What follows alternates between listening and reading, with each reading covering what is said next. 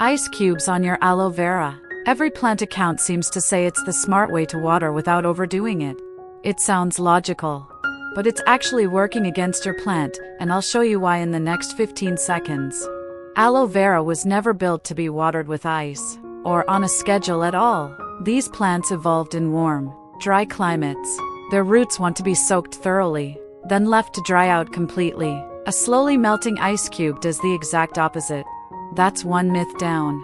Today I'm testing 10 of the internet's most viral aloe vera hacks: milk, sugar, eggshells, coffee grounds, banana peel water, and more, to find out which ones actually work, which are harmless, and which are quietly hurting your plant.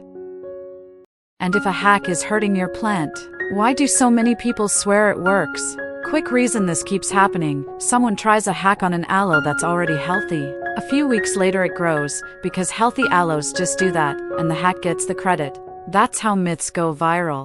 And here's what separates beginners from experienced growers: they don't count ice cubes. They check the soil. An aloe in bright summer light dries out far faster than one in a cool room. Pot size, soil mix, and humidity all change the timeline.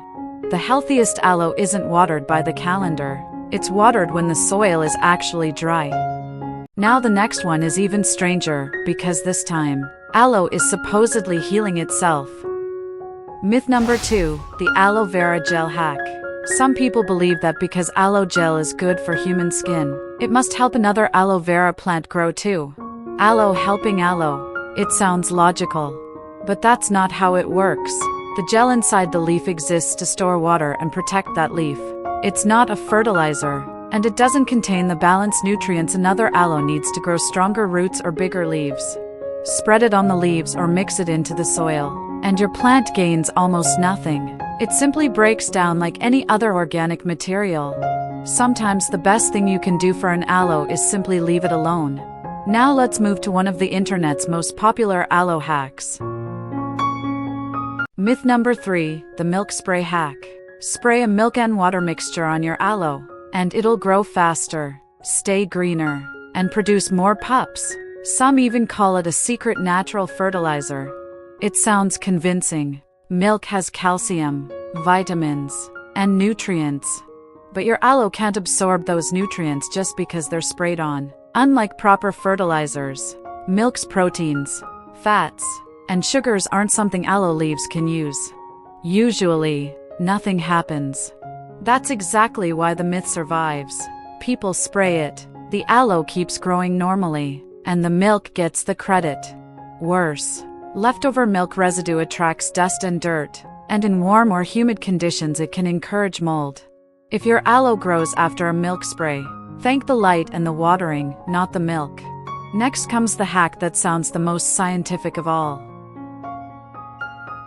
Myth number 4, the eggshell hack. Dry your eggshells, crush them into powder, and sprinkle them around your aloe. Eggshells are rich in calcium, and plants need calcium, so it must work, right? Here's what most videos leave out. Eggshells are mostly calcium carbonate, and it breaks down very slowly in the fast-draining soil aloe prefers. That calcium can take months, or even years, to become available. So if your aloe grows after you add eggshells, it's almost certainly because of better light or healthier roots, not the eggshells. And eggshells only provide calcium. Aloe needs a balance of nutrients. So even in ideal conditions, this isn't a complete fertilizer. A small amount won't hurt a healthy plant. It just won't do much either. Now for the hack built entirely on the idea that sugar equals energy.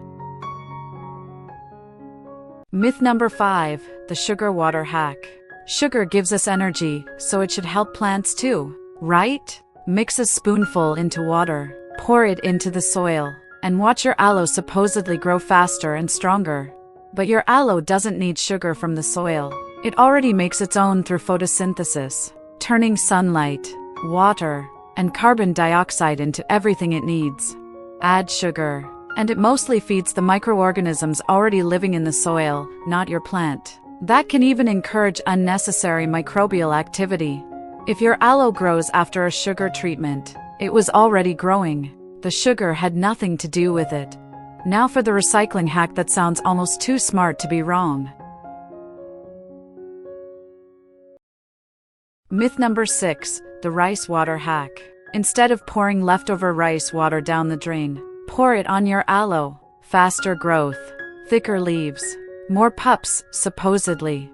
If rice water were such a powerful booster, professional growers would use it. They don't.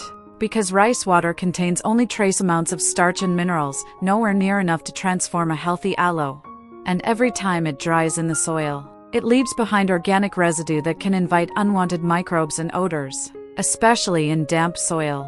A healthy aloe grows because of light, healthy roots, and correct watering, not yesterday's rice water. Before we move on, notice something. So far, every single hack has failed. 0 for 6. So why do so many people still swear they work? Because aloe vera grows in cycles.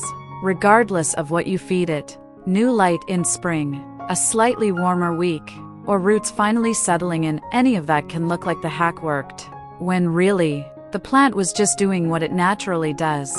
Keep that in mind for the next 4, because one of them actually has a grain of truth.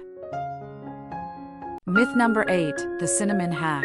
Some gardeners call cinnamon a natural fungicide, a root strengthener, even a growth booster. Cinnamon isn't a fertilizer. It won't produce bigger leaves or more pups, but it does have one real use. Lightly dusted on a freshly cut aloe stem during propagation, it may help keep the cut surface dry while it naturally heals. Myth number 7, the coffee grounds hack. Coffee grounds are praised as a free natural fertilizer for houseplants and for some plants. That's true. Not for aloe. It evolved in dry, rocky soil, and its roots hate staying wet. Coffee grounds trap moisture near the surface and reduce airflow, the opposite of what a succulent needs. They're also not a balanced fertilizer. Skip them for aloe. Save them for plants that actually like moisture. Myth number 9, the banana peel water hack. Soak banana peels for a day or 2, then use the water on your aloe. Banana peels are rich in potassium, so it should work. Most of that potassium stays locked inside the peel. A quick soak releases very little, and if the water sits too long, it starts to ferment, adding decomposing material to soil that aloe needs to stay clean and airy. Free, yes. Effective, no. Now for the final myth. It's not a kitchen hack, it's the one sitting on every garden store shelf.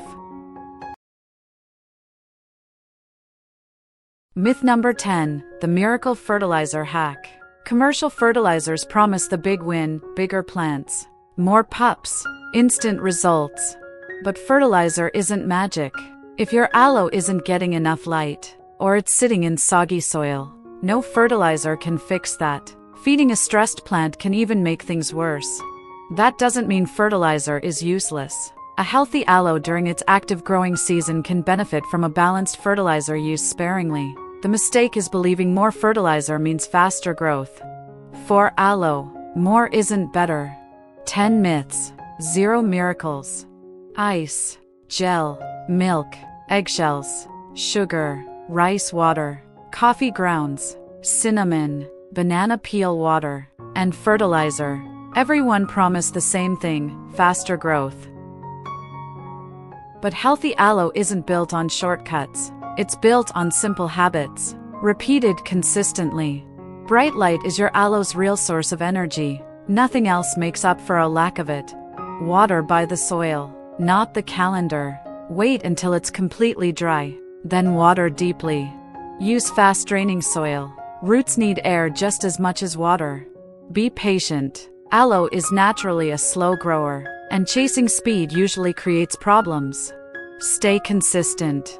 1 month of good care beats 1 day of miracle hacks. Aloe vera doesn't need magic. It needs understanding. Stop searching for the next viral trick, and start mastering the basics. That's how thick leaves, healthy roots, and new pups are really grown. Now I'm curious, which of these hacks have you actually tried? And what happened? Let me know in the comments. Your experience might save another aloe owner from making the same mistake. And if you recognized even one of these myths, there's a good chance you're making a few other common aloe mistakes too. I break down the 10 biggest ones and what to do instead in the video on your screen now. I'll see you there.